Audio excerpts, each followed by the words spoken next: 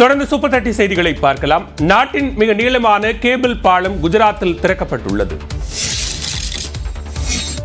குஜராத்தில் நாட்டின் மிக நீளமான கேபிள் பாலத்தை பிரதமர் மோடி திறந்து வைத்தார்.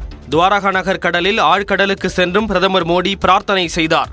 2017ஆம் ஆண்டு குஜராத் மாநிலம் துவாரகாவில் உள்ள ஓக் என்ற இடத்திலிருந்து பைட் தீவை இணைப்பதற்கு கேபிள் பாலம் கட்ட பிரதமர் மோடி அடிக்கல் நாட்டினார். 979 கோடி ரூபாய் செலவில் சுமார் 2.5 கிலோமீட்டர் நீளத்திற்கு கட்டப்பட்ட நாட்டின் மிக நீளமான கேபிள் பாலத்தை பிரதமர் மோடி தொடங்கி வைத்தார்.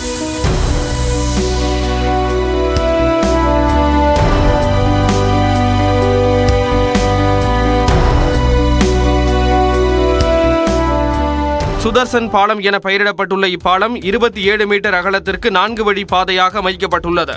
மேலும் பாலத்தின் சுவர்களில் பகவத்கீதை வசனங்கள் மற்றும் கிருஷ்ணரின் படங்களும் இடம்பெற்றுள்ளன. இதனையடுத்து துவாரகாவில் உள்ள புகழ்பெற்ற கிருஷ்ணர் ஆலயத்திலும் பிரதமர் மோடி வழிபாடு நடத்தினார்.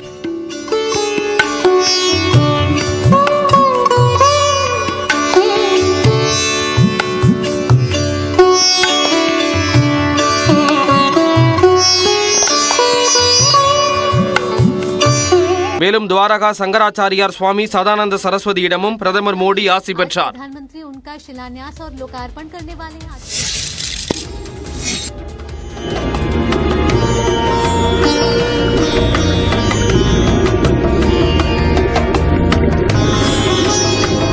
கடலில் மூழ்கியதாக நம்பப்படும் துவாரகா நகரின் கடல் பகுதியில் பிரதமர் மோடி வழிபாடு செய்த காட்சிகளே இவை. குஜராத் மாநிலம் துவாரகா மாவட்டத்தில் 4150 கோடி ரூபாய் மதிப்பிலான திட்டங்களுக்கு பிரதமர் மோடி அடிக்கல் நாட்டினார்.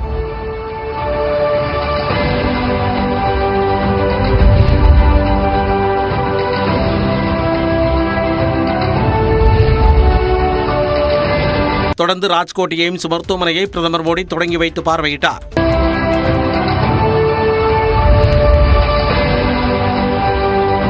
முன்னதாக துவாரகா நகரத்தின் ஆழ்கடல் பகுதிக்கு சென்ற பிரதமர் மோடி அங்கு சிறிது நேரம் தண்ணீரில் தவம் செய்தார். द्वारिका जी के दर्शन किए। आज जब मैं गहरे समुद्र के भीतर द्वारिका जी के दर्शन कर रहा था,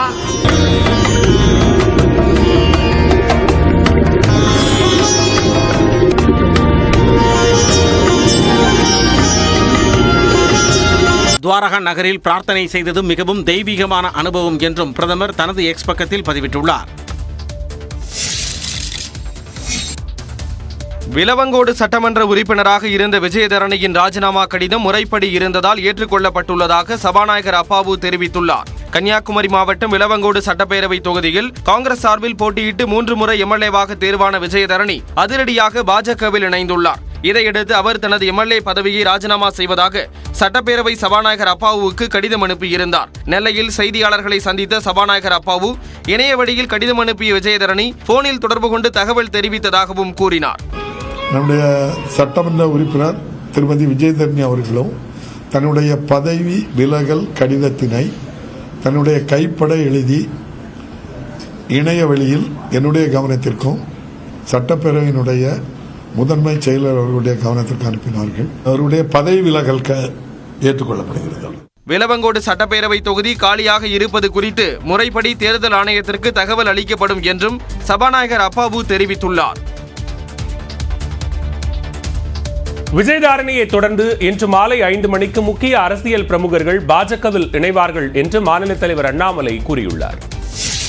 மதுரை விமான நிலையத்தில் செய்தியாளர்களை சந்தித்தவர் அடுத்த 5 நாட்கள் தமிழ்நாடு அரசியல் களத்தில் மிக முக்கியமான நாட்கள் என்றார். சாயந்தரம் 5 மணிக்கு இருக்குன்னு உங்களுக்கு டேட்டு சொல்லிடலாம், டைம் சொல்லிடலாம். இத்தனை நாளா அவங்க பெரிய பிக் ஷாட் நிறைய இருக்கிறாங்க பாருங்க.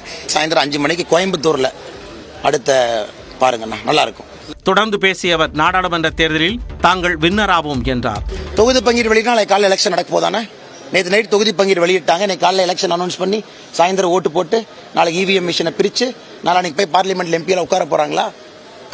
நீங்க புரிஞ்சுக்கணும், ரேஸ்ல கடைசியா யாரு ஜெயிக்கிறாங்களோ அவங்க தானே வின்னர். யாரு வார்ம் அப் பண்ணிட்டு இருக்காங்களோ அவங்க ரேஸ் வின்னர் இல்ல. திமுக இன்னைக்கு வார்ம் அப் பண்ணிட்டு இருக்கு. நம்ம ரேஸ்ல ஓட ஆரம்பிக்கிறோம். கடைசியில் வின்னர் யாருன்னு நீங்க எலெக்ஷன் கவுண்டிங் எப்ப பாருங்கண்ணா. 2000 கோடி ரூபாய் போதைப் பொருள் கடத்தல் வழக்கில் திமுக நிர்வாகி சிக்கியிருப்பதாகவும் இது தொடர்பாக தமிழ்நாடு அரசு வெள்ளை அறிக்கை வெளியிட வேண்டும் எனவும் அண்ணாமலை வலியுறுத்தினார். பாஜகவில் இணைய உள்ளதாக வெளியான தகவலை அதிமுக முன்னாள் அமைச்சர் மாஃபா பாண்டியராஜன் மறுத்துள்ளார். பிரதமர் மோடியின் தமிழ்நாடு வருகையை ஒட்டி முக்கிய அரசியல் புள்ளிகள் பாஜகவில் இணைந்து வருகின்றனர். தமிழ்நாடு காங்கிரஸ் கட்சியிலிருந்து விலகி பாஜகவில் சேர்ந்த விஜயதரணி தனது எம்எல்ஏ பதவியையும் ராஜினாமா செய்தார். இந்நிலையில் பிரதமர் மோடி 2 நாள் பயணமாக வரும் செவ்வாய்க்கிழமை தமிழ்நாடு வருகிறார். அவரது பயணத்தின் போது தமிழ்நாட்டின் முக்கிய அரசியல் புள்ளி பாஜகவில் இணைய உள்ளதாக பாஜக மாநில தலைவர் அண்ணாமலை தெரிவித்திருந்தார்.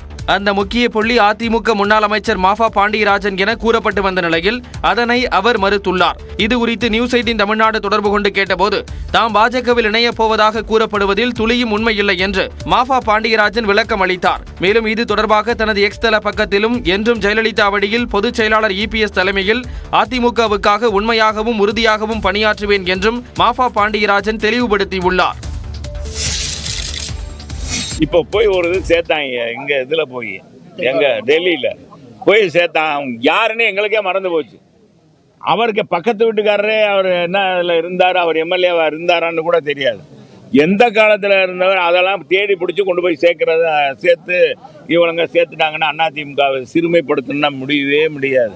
அதிமுக முன்னாள் எம்எல்ஏக்கள் சிலர் அண்மையில் பாஜகவில் இணைந்தது தொடர்பாக முன்னாள் அமைச்சர் செல்லூர் ராஜு தெரிவித்த கருத்துதான் இது. மதுரையில் செய்தியாளர்களை சந்தித்த அவர் திமுக கூட்டணியில் உள்ள கட்சிகளே அதிமுகவுடன் பேச்சுவார்த்தை நடத்தி வருவதாக கூறினார். பணிகள் நடந்து கொண்டு இருக்கு, பேச்சுவார்த்தை அவங்க திமுகவில் இருக்கிற கூட்டணி கட்சியிலே எங்களோட பேசிக்கிட்டு இருக்காங்க, பொதுச் செயலாளர்கிட்ட பேசிக்கிட்டு இருக்காங்க. அது இறுதி கட்டம் தேர்தல் அறிவித்த பிறகுதான் நடக்கும்.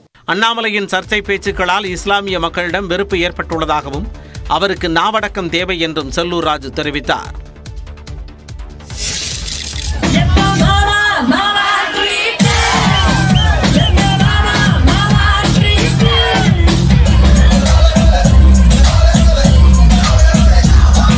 நியூஸ் 18 தமிழ்நாடு தொலைக்காட்சியின் சார்பில் புதுச்சேரியில் நடைபெற்ற தோரணமாயிரம் திருவிழாவில் ஆயிரக்கணக்கானோர் கலந்து கொண்ட காட்சிகளே இவை. புதுச்சேரி அரசின் சுற்றுலாத்துறை நியூஸ் 18 தமிழ்நாடு தொலைக்காட்சி இணைந்து நடத்திய 3 நாள் தோரணமாயிரம் திருவிழாவில் கொண்டாட்டத்திற்கும் கலை நிகழ்ச்சிகளுக்கும் பஞ்சமில்லை. ஞாயிற்றுக்கிழமை நடைபெற்ற நிகழ்ச்சியில் டிஜே, வயலின் இசை, நடனம் என களை கட்டியது.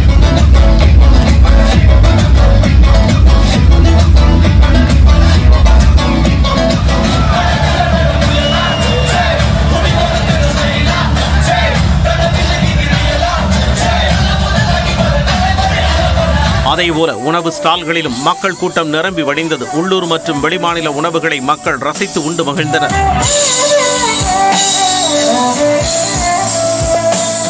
தோரணமாயிரம் நிகழ்ச்சி ஆண்டுதோறும் நடத்தப்பட வேண்டும் என்பதுதான் கார்னிவலுக்கு வந்த ஒட்டுமொத்த மக்களின் வேண்டுகோளாக இருந்தது. போதைப் பொருள் கடத்தல் வழக்கில் தேடப்பட்டு வரும் திரைப்பட தயாரிப்பாளரும் சென்னை மேற்கு மாவட்ட அயலக அணி துணை அமைப்பாளருமான ஜாஃபர் சாதிக் திமுகவில் இருந்து நிரந்தரமாக நீக்கப்பட்டுள்ளார். போதைப் பொருள் தயாரிக்க பயன்படுத்தப்படும் சூடோ எபிட்ரைனை தேங்காய் பவுடர் மற்றும் ஹெல்த் மிக்ஸ் பாக்கெட்டுகளில் மறைத்து நியூசிலாந்து, ஆஸ்திரேலியா உள்ளிட்ட நாடுகளுக்கு ஏற்றுமதி செய்யப்படுவதாக டெல்லி போலீசுக்கு தகவல் கிடைத்தது. அதன் பேரில் மேற்கு டெல்லியில் உள்ள பசாய் தாராப்பூர் என்ற இடத்தில் குடோன் ஒன்றில் போலீசார் அதிரடி சோதனை நடத்தினர். அப்போது ஹெல்த் மிக்ஸ் பவுடருடன் சூடோ எபிட்ரைன் வேதிப்பொருள் கடத்தும் பணியில் ஈடுபட்டிருந்த 3 பேரை கைது செய்தனர். அவர்களிடமிருந்து 50 கிலோ வேதிப்பொருட்கள் பறிமுதல் செய்யப்பட்டன.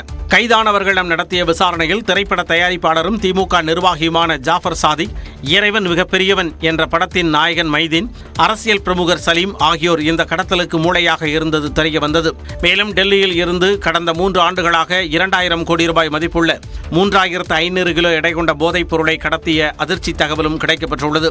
இந்நிலையில் சென்னை மேற்கு மாவட்ட அயலக அணி துணை அமைப்பாளராக இருந்த ஜாஃபர் சாதிக்கை கட்சியில் நிரந்தரமாக நீக்கி திமுக பொதுச் செயலாளர் துரைமுருகன் உத்தரவிட்டுள்ளார். சென்னை பள்ளிக்கரணையில் சாதி மறுப்பு திருமணம் செய்து கொண்டவர் கொல்லப்பட்ட சம்பவம் பரபரப்பை ஏற்படுத்தியுள்ளது.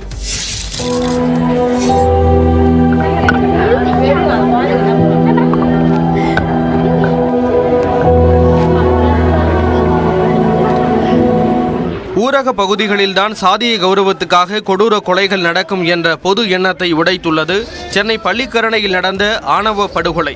பள்ளிக்கரணை டாஸ்மாக் எதிரே சனிக்கிழமை இரவு 9 மணிக்கு அம்பேத்கர் தெருவைச் சேர்ந்த பிரவீன் என்ற இளைஞரை 4 பேர் கொண்ட கும்பல் சரமாரியாக வெட்டியது. இதில் படுகாயமடைந்த பிரவீன் மருத்துவமனைக்கு செல்லும் முன்பே உயிரிழந்தார். இது தொடர்பாக பள்ளிக்கரணை காவல் நிலையத்தினர் வழக்கு பதிவு செய்து விசாரணை மேற்கொண்டனர். அதில் பிரைட் ஆல்வின் என்பவர் கொலை வழக்கில் குற்றம் சாட்டப்பட்ட பிரவீன் கடந்த 4 மாதங்களுக்கு முன்பு ஜலடம்பேட்டையைச் சேர்ந்த ஷர்மிளா என்ற பெண்ணை இரு வீட்டார் எதிர்ப்பை மீறி காதல் திருமணம் செய்தது தெரிய வந்தது. இருவரும் வெவ்வேறு சாதி என்பதால் ஆத்திரத்தில் இருந்த ஷர்மிளாவின் சகோதரர் தினேஷ் பிரைட் ஆல்வினின் நண்பர்களுடன் சேர்ந்து பிரவீனை கொலை செய்தது தெரிய வந்தது. இதனையடுத்து தினேஷ், ஸ்டீபன், ஸ்ரீராம், விஷ்ணு, ஜோதிலிங்கம் ஆகிய 5 பேரை கைது செய்த காவல்துறையினர் வன்கொடுமை தடுப்பு சட்டத்தின் கீழ் சிறையில் அடைத்தனர். மேலும் பிரவீன் மற்றும் அவரது மனைவியின் வீடுகளுக்கு போலீஸ் பாதுகாப்பு போடப்பட்டுள்ளது. உயிரிழந்த பிரவீன் மீது ஏற்கனவே கொலை வழக்கு ஒன்று நிலுவையில் இருப்பதும் குறிப்பிடத்தக்கது.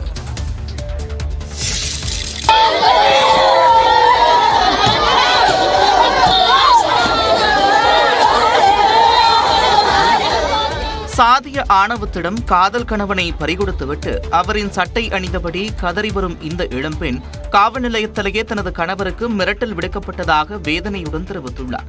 சென்னை பள்ளிக்கரணையில் தனது சகோதரரால் கணவன் பிரவீன் ஆணவ படுகொலை செய்யப்பட்ட நிலையில் குற்றவாளிகளுக்கு கடுமையான தண்டனை வழங்க வேண்டும் என்று இளம்பெண் கண்ணீர் மல்க கோரிக்கை வைத்துள்ளார். நான் லவ் பண்ணி கல்யாணம் பண்ணினா நான் நல்லா தானே இருக்கேன், அவன் எதுக்கு இதுக்குள்ள நடுவில் வரணும்? நான் நல்லா தானே இருக்கேன், ஏன் நான் வாழ்றது அவனுக்கு பிடிக்கலையா? அவன் இருக்கக்கூடாது. என்ன என் புருஷன் எதுக்கு அவன் சாவடிக்கணும்? அவன் யார் ஃபஸ்ட்டு? என் புருஷனை சாவடிக்க அவன் யார்? நான் லவ் பண்ண, நான் கல்யாணம் பண்ணேன். அவனுக்கு எங்கே இதில் போலீஸ் ஸ்டேஷன் வந்து எழுதி கொடுத்துட்டு வந்துட்டேன், யாரை வேணாம் அவங்க மட்டும் தான் வேணும்ன்ட்டு. அங்கேயே மிரட்டினாங்க, ஆள்லாம் செட் பண்ணி வச்சுருந்தாங்க. எங்களை அதே மாரி தான் வீட்டுக்கு கூப்பிட்டு போனாங்க. ஏற்கனவே காவல் நிலையத்தில் சமாதானம் செய்யப்பட்ட நிலையில் இந்த கொலை நிகழ்ந்திருப்பதாக பிரவீனின் தந்தை கோபி வேதனை தெரிவித்தார். போயிட்டு நைட்டு போய் சாப்பாடு வந்துடுறான்னு அமுச்சு விட்டேன் சார். 2 ஹவர்ல வந்துருவோம்பா அப்படின்னு போனான். என் புள்ள 2 ஹவர்ல ஒண்ணு வரவே இல்லை சார். இது வரைக்கும் கொலை செய்யும் அளவிற்கு செல்வார்கள் என்று நினைத்து கூட பார்க்கவில்லை என்றும் அவர் குறிப்பிட்டுள்ளார். பார்ப்பதற்கு நிஜமான பேருந்து போல காட்சியளிக்கும் இது உண்மையில் பேருந்து அல்ல, இது ஒரு பொம்மை. உதகையில் 16 புதிய பேருந்துகளின் சேவை உள்ளிட்ட திட்டங்களை போக்குவரத்து துறை அமைச்சர் சிவசங்கர் தொடங்கி வைத்தார். அதற்காக உதகை மத்திய பேருந்து நிலையத்தில் வரிசையாக புதிய பேருந்துகள் நிறுத்தி வைக்கப்பட்டிருந்த போது திடீரென ஒரு பகுதியில் கூட்டம் கூடியது. அதற்கு காரணம் பிரம்மாண்டமாய் நிறுத்தப்பட்டிருந்த அரசு பேருந்துகளுக்கு மத்தியில் அதன் மினியேச்சர் வடிவமாக நின்ற பொம்மை பேருந்துதான். ரஜினியின் 2.0 படத்தில் வரும் குட்டி ரோபோ போல சிறிய வடிவில் அச்சு அசலாக நிஜ பேருந்தை போல பிரதிபலித்த அதனை கையில் எடுத்த ஓட்டுநர்களும் நடத்துனர்களும் ஆசை தீர புகைப்படம் எடுத்துக் கொண்டனர்.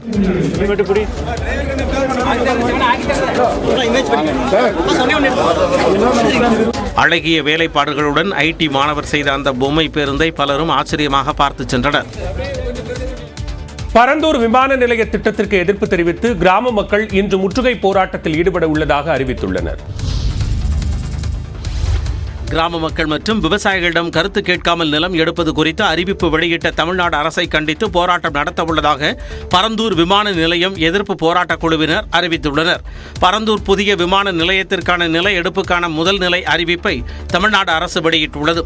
இது தொடர்பாக நடைபெற்ற ஆலோசனைக் கூட்டத்தில் நெல்வாய், நாகப்பட்டு, தண்டலம் உள்ளிட்ட கிராம மக்கள் கலந்து கொண்டனர். அதில் பொதுமக்கள் தற்போது பயன்படுத்தாத இடத்தில் முதற்கட்டமாக நில எடுப்பு நடைபெற உள்ளதாகவும் அந்த இடத்தை கையகப்படுத்தி விமான நிலையம் அமைப்பதற்கு கிராம மக்கள் எதிர்ப்பு தெரிவிக்கவில்லை என்ற பிம்பத்தை அரசு உருவாக்க திட்டமிட்டுள்ளதாகவும் குற்றச்சாட்டு முன்வைக்கப்பட்டது. தொடர்ந்து நில எடுப்பு அலுவலகத்தை முற்றுகையிட்டு போராட்டத்தில் ஈடுபடுவது மட்டுமின்றி காத்திருப்பு போராட்டத்தில் ஈடுபடவும் விவசாயிகள் முடிவு செய்ததாக கூறப்பட்டுள்ளது.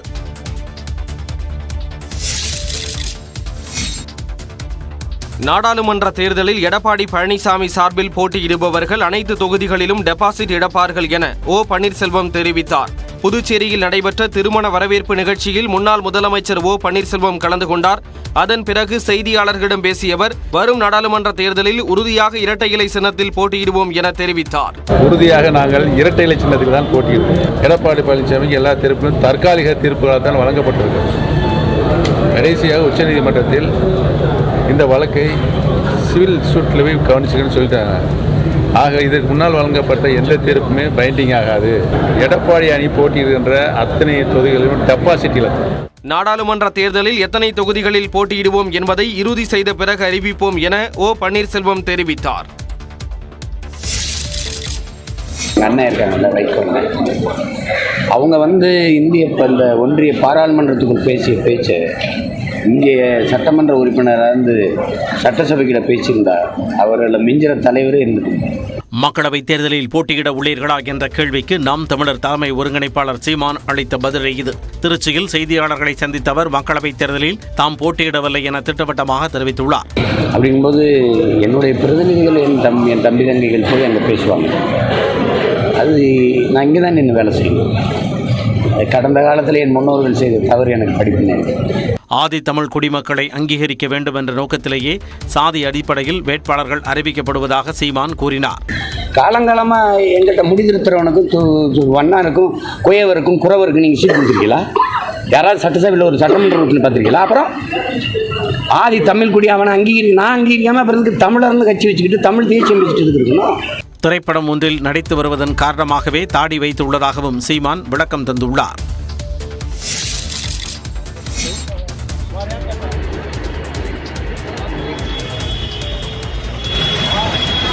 துப்பாக்கி குண்டுகள் துளைக்கப்பட்டும் கண்ணாடிகள் உடைக்கப்பட்டும் காணப்படும் இந்த காரில் வைத்துத்தான் இந்திய தேசிய லோக்தள் கட்சியின் தலைவர் நபை சிங் சுட்டுக் கொல்லப்பட்ட சம்பவம் அரங்கேறியுள்ளது. இந்திய தேசிய லோக்தள் கட்சியின் தலைவரும் முன்னாள் எம்எல்ஏவுமான நபை சிங் கட்சி நிர்வாகிகளுடன் தனது காரில் சென்று கொண்டிருந்தார். பகதூர் என்ற இடத்தில் அவரது காரை சுற்றி வளைத்த அடையாளம் தெரியாத கும்பல் துப்பாக்கிகளால் சரமாரியாக சுட்டு தள்ளியது.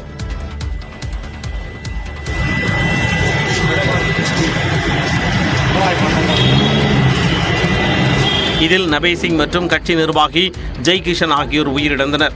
மேலும் காயமடைந்த இருவர் சிகிச்சை பெற்று வருகின்றனர். இந்த சம்பவத்திற்கு ஹரியானா முதலமைச்சரை பொறுப்பேற்க வேண்டும் என்றும் சிபிஐ விசாரணை நடத்த வேண்டும் எனவும் INLD கட்சியைச் சேர்ந்த அவை சௌதலா வலியுறுத்தியுள்ளார். இதற்கு விளக்கமளித்துள்ள அம்மாநில உள்துறை அமைச்சர் அனில் விஜ், இந்த சம்பவம் தொடர்பாக விசாரணை நடைபெற்று வருவதாகவும் உரிய நடவடிக்கை எடுக்க அதிகாரிகளுக்கு உத்தரவிடப்பட்டுள்ளதாகவும் கூறினார். INLD தலைவர் சுட்டுக் கொல்லப்பட்டதற்கு பல்வேறு அரசியல் கட்சி தலைவர்களும் கண்டனம் தெரிவித்து வருகின்றனர். இலங்கை அரசை கண்டித்து தங்கச்சி மடத்தில் 2 நாட்களாக நடத்தி வந்த உண்ணாவிரத போராட்டத்தை மீனவர்கள் வாபஸ் பெற்றுள்ளனர். எல்லை தாண்டி மீன்பிடித்ததாக கைது செய்யப்பட்ட தமிழ்நாடு மீனவர்களுக்கு அடுத்தடுத்து இலங்கை நீதிமன்றம் சிறை தண்டனை விதித்துள்ளது. இதனைத் தொடர்ந்து இலங்கை அரசை கண்டித்து தமிழ்நாடு மீனவர்கள் பல்வேறு கட்ட போராட்டங்களை முன்னெடுத்து வருகின்றனர். இதன்படி தங்கச்சி மடத்தில் மீனவர்கள் தொடர் உண்ணாவிரதத்தை சனிக்கிழமை தொடங்கினர். மீனவர்களிடம் திமுக மாவட்ட செயலாளரும் எம்எல்ஏவுமான காதர் பாட்ஷா முத்துராமலிங்கம் பேச்சுவார்த்தை நடத்தினார். அப்போது மீனவர்களை சட்ட ரீதியாக விடுவிக்க செய்ய நடவடிக்கை எடுக்கப்படும் என்றும் முதலமைச்சரை சந்திக்க ஏற்பாடு செய்வதாகவும் அவர் உறுதியளித்தார். அடுத்த வாரம் கண்டிப்பாக மாண்பு தமிழ்நாடு முதலமைச்சர் அவர்களையும் மீன்வளத்துறை அமைச்சர் அவர்களையும் சந்தித்து இதற்கான பிரச்சனைகளை குறிப்பாக சொல்ல வேண்டுமானால் தமிழ்நாடு அரசின் சார்பாக செய்யக்கூடிய பல்வேறு திட்டங்களை செய்வதற்கான முன்னேற்பாடுகளை செய்வார் என்று தெரிவித்துள்ளார். இலங்கை நீதிமன்றத்தில் இருக்கிற அந்த மீனவர்களை மீட்பதற்கு நீதிமன்றத்தில் வக்கீல் மேல்முறையீடு செய்து அதற்குண்டான செலவினங்களை தமிழக அரசும் ஏன் குறிப்பாக எங்களது சட்டமன்ற உறுப்பினரை ஏற்றுக்கொண்டு அந்த மீனவர்களை கூடிய விரைவில் வந்து மீட்டு தருவோம் சொல்லியிருக்காங்க. சட்டமன்ற உறுப்பினரின் உறுதிமொழியை ஏற்று மீனவர்களின் போராட்டம் வாபஸ் பெறப்பட்டது. மீன்பிடிக்க செல்வது குறித்து திங்கட்கிழமை ஆலோசித்து முடிவு செய்யப்படும் என்றும் மீனவர்கள் தெரிவித்தனர். விழுப்புரத்தில் நடைபெற்ற ரசிகர்கள் சந்திப்பு நிகழ்ச்சியில் கலந்து கொண்ட நடிகர் லாரன்ஸுக்கு பறைமேளம் இசைத்து நடனமாடி மலர்களை தூவி ரசிகர்கள் உற்சாக வரவேற்பு அளித்தனர்.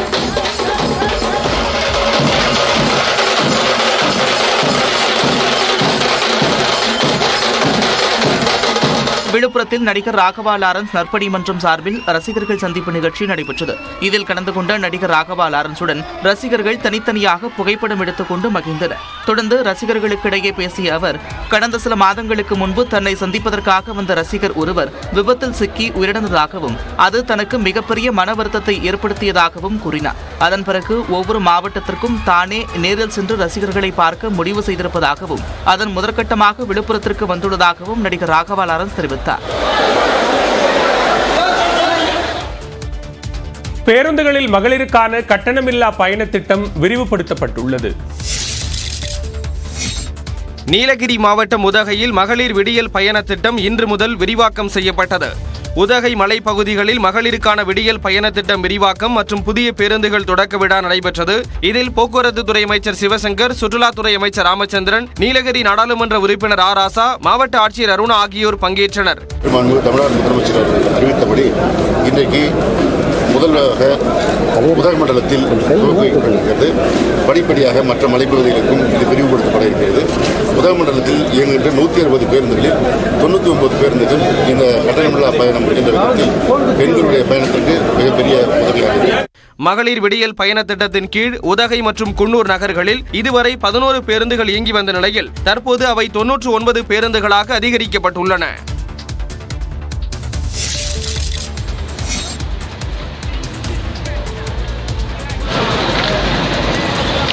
திருச்சியில் விளையாட்டுப் பொருட்கள் வைக்கப்பட்டிருந்த குடோன் தீப்பிடித்து எரிந்த காட்சிகள் தான் இவை.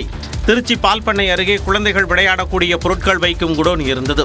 கட்டடத்தின் 2 தளங்களிலும் ஏராளமான பொருட்கள் குவித்து வைக்கப்பட்டிருந்த நிலையில் திடீர் தீ விபத்து ஏற்பட்டது.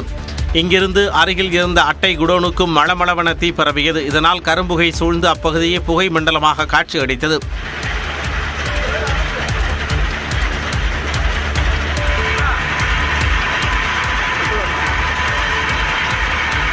குடோன் கட்டடத்தை இடித்து பொருட்களை அப்புறப்படுத்திய தீயணைப்பு வீரர்கள் தீயை கட்டுப்படுத்தினர்.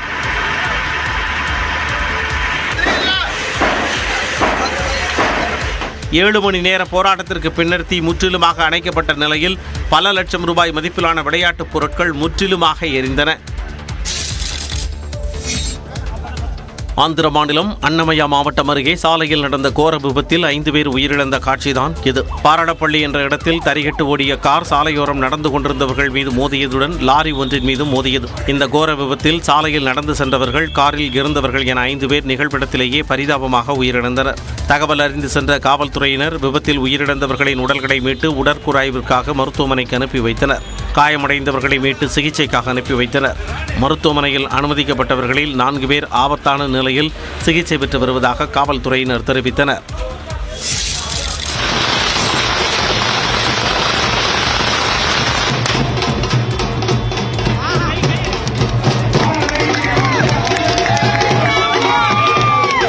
கத்தியிலனா என்ன, கைவிரலே போதும்ல என்று முன்னாள் அமைச்சர் கேக் வெட்டிய காட்சி அதிமுக தொண்டர்களிடையே உற்சாக கோஷத்தை ஏற்படுத்தியது. சென்னை ராயபுரத்தில் முன்னாள் முதலமைச்சர் ஜெயலலிதாவின் 76வது பிறந்த நாள் விழா நடைபெற்றது. நிகழ்ச்சியில் பங்கேற்ற பின் செய்தியாளர்களை சந்தித்த முன்னாள் அமைச்சர் ஜெயக்குமார் அதிமுக தலைமையில் நல்ல கூட்டணி அமையும் என்று நம்பிக்கை தெரிவித்தார். புரட்சி தலைவி அம்மாலாம் அப்போ நீங்கள் சொல்கிற மாதிரி ஒரு கூட்டணி வச்சு தான் மக்களை சந்திக்கல. கூட்டணின்றது ஒரு அடிஷனல் ப்ளஸ், அவ்வளோதான். பாஜக தமிழக தலைவர் அண்ணாமலை வெங்காயம் போன்றவர் என்றும் உரிக்க உரிக்க உள்ளே ஒன்றும் இருக்காது என்றும் அவர் விமர்சித்தார். சிவாஜி பாடின்னு ஒருவர், ஓஹோ ஓஹோ மனிதர்களே ஓடுவது எங்கே சொல்லுங்கள், உண்மையை வாங்கி பொய்களை விற்று உருப்பட வாருங்கள். அது மாதிரி பொய்களை தான் இன்னைக்கு விற்கிறவங்களாம் இன்னைக்கு அண்ணாமலை போன்றவங்களாம் இன்னைக்கு இருக்காங்க. அது அடுத்த வரையும் சொல்லுவார். அது அதாவது உரித்து பார்த்தால் வெங்காயத்தில் ஒன்றும் இருக்காது. டிடிவி தினகரனும் ஓபிஎஸும் மக்களால் நிராகரிக்கப்பட்ட சக்திகள் என்றும் அவர்கள் பற்றி பேசுவதை விட பேசாமல் இருப்பதே நல்லது என்றும் ஜெயக்குமார் கூறினார். பாஜகவினர் தேர்தல் பிரச்சாரத்துக்கு வரும்போது எங்களுக்கு கொடுக்க வேண்டிய மழை வெள்ள நிவாரண நிதி எங்கே என்று மக்கள் கேட்க வேண்டும் என்று திமுக துணை பொதுச் செயலாளர் கனிமொழி பேசினார். தூத்துக்குடி மாவட்டம் கோவில்பட்டியில் நடந்த ஆலோசனை கூட்டத்தில் எம்பி கனிமொழி திமுக மகளிர் அணியினருக்கு சேலைகளை வழங்கினார். பின்னர் அவர் பேசுகையில் மத்தியில் பாஜக அரசு மீண்டும் ஆட்சிக்கு வந்தால் மகளிர் உரிமை தொகையை நிறுத்தி விடுவார்கள் என்று குற்றம் சாட்டினார்.